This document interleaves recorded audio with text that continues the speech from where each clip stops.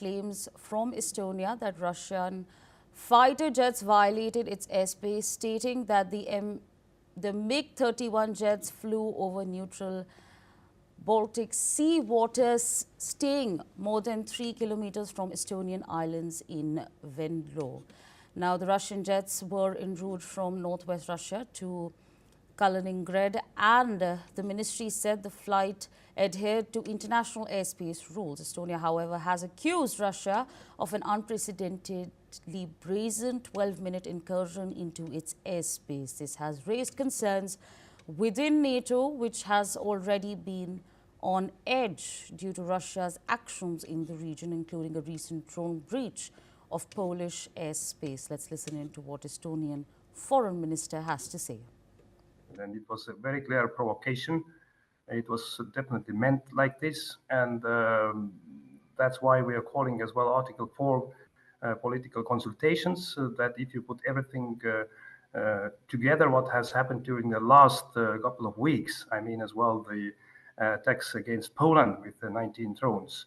So this is already a systematical NATO test, and that's why we asked that NATO allies, they're showing as well very clear unity amongst NATO as well. Let's discuss what can we do for the Baltic states and the eastern flank, because it is clear that Putin has started on a new level testing NATO and a new level provocation. So this is an adequate response from our side. Putin only understands the language of strength, and also if we're talking about Russian aggression against Ukraine, so we need to increase the military support to Ukraine. We need to increase the pressure to Putin using more sanctions, more tariffs. Also, we need to decide finally to start using the Russian frozen assets. And if we're talking about his provocations against NATO, we must show that we are united, we are ready, we are able to increase our capabilities. At the same time, US President Donald Trump has expressed unease and said that he doesn't love it, calling the situation potentially a big trouble. Listen in to what the US President has to say. Go ahead, Jeff. Thank you, sir. Russian jets entered Estonia's airspace today for 12 minutes. Do you see that as a threat to NATO? Well, I'm going to have to look at it. They're going to be briefing me in a short while, so I'll let you know about it tonight or tomorrow. What's your take in general? Just being Well, I don't love it. I don't love it. I don't love it when that happens.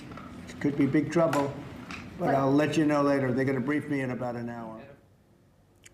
Ukrainian President Zelensky has also condemned Russia's actions as destabilizing. Meanwhile, Lithuania's Defense Minister Dovyl Sakalyan has stressed the need for NATO to strengthen its presence along Russia's borders in response to the escalating threats. Let's hear what the Lithuanian Defense Minister has to say.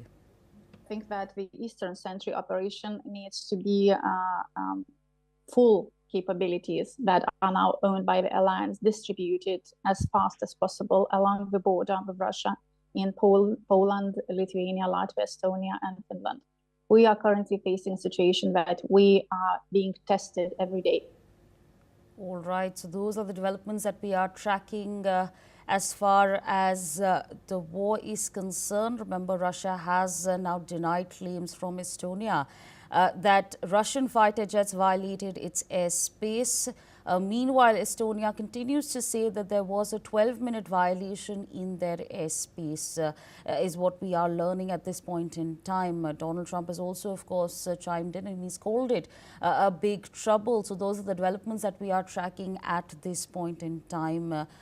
Remember, I'm talking about, of course, Russia and it denying the claims that Estonia their airspace was violated, stating that the MiG-31 jets flew over neutral Baltic Sea waters, staying more than 3 kilometers away from Estonian island of Venlo. So those are the developments that we are tracking very closely with regards to the war. Remember, like I said, Donald Trump has also chimed in. He has called it a big trouble, but those are the developments that we are tracking very closely. My guest will be joining us very shortly to give us his perspective on what he thinks of this, but for now, those are the developments that we are tracking. In fact, joining us at this point in time is Mr. Rohan Gururatna, international affairs expert, joining us from Singapore. So thank you so much for your time speaking to us on NewsX World. From the start, so I'd like to understand from you, geographically speaking, do you think it is possible for Russia to violate Estonia's airspace? The Russians have certainly violated the airspace not only of Estonia but also of other countries near Ukraine. And what we are seeing is that some of these violations are known to the Russians, but others are by error. But what is important is not to get into a conflict or a confrontation with Russia over this, because there is a much bigger issue, which is the fight between Russia and Ukraine.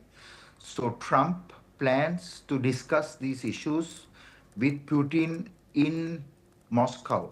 And this is a follow-up of the meeting in Alaska. What is so important is that the conflict does not escalate between Europe and Russia, because if that happens, then there will be no resolution to the bigger conflict between Russia and Ukraine.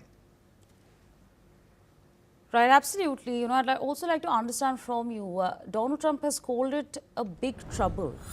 With the Estonian airspace being violated, do you anticipate the war escalating and protracting further? And if so, to what extent? Certainly it can happen, because the NATO is also very concerned and they are also militarily prepared. But I personally believe that there will be no escalation, because President Trump is determined to de-escalate this situation.